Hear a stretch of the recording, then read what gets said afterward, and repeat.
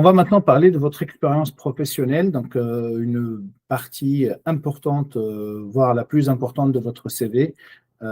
Déjà, sachez que c'est très important, pour ne pas dire c'est indispensable, de commencer par la dernière mission, parce que vous faites aujourd'hui, et de revenir petit à petit vers les activités, les actions, les projets passés.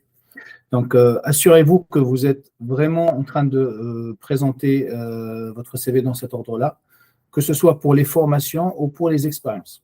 Donc, ça n'a aucun sens de commencer un CV en disant que vous êtes stagiaire dans une banque alors que vous êtes maintenant développeur full stack dans une grande assurance internationale. Donc, toujours garder en tête que le recruteur va passer 20-30 secondes.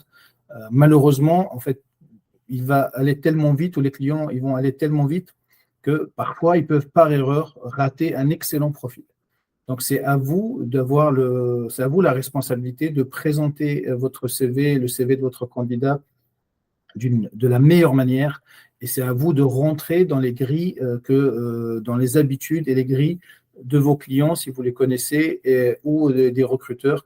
Et la façon la plus safe de faire ça, c'est de rester dans quelque chose d'assez normé, d'assez standard. Dès que vous prenez le risque d'aller vers du out of the box, vous allez vraiment avoir, comme j'ai dit, 90% de chances de passer à côté.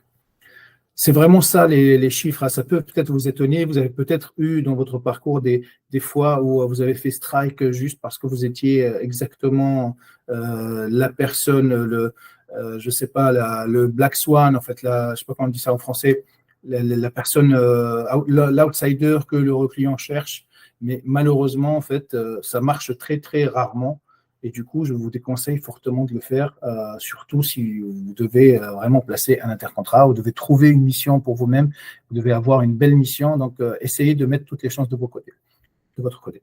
Donc, l'expérience professionnelle, donc vous commencez par la dernière, vous mettez les dates clairement, en fait, il ne faut pas qu'il y ait des doutes sur combien de temps vous avez mis sur ce projet-là. Essayez de mettre aussi l'environnement technique d'une manière claire.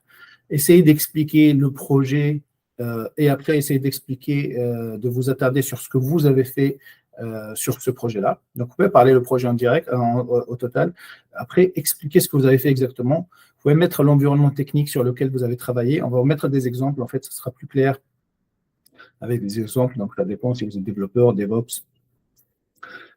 Si vous êtes en train de travailler sur un CV de quelqu'un qui fait de l'infrastructure, qui fait des choses, on va vous mettre un drive où vous aurez plein d'exemples de CV et vous pouvez vous inspirer donc, de ces CV-là pour pouvoir faire le vôtre et choisir les bonnes nomenclatures, les bons titres au poste pour lequel vous êtes passé.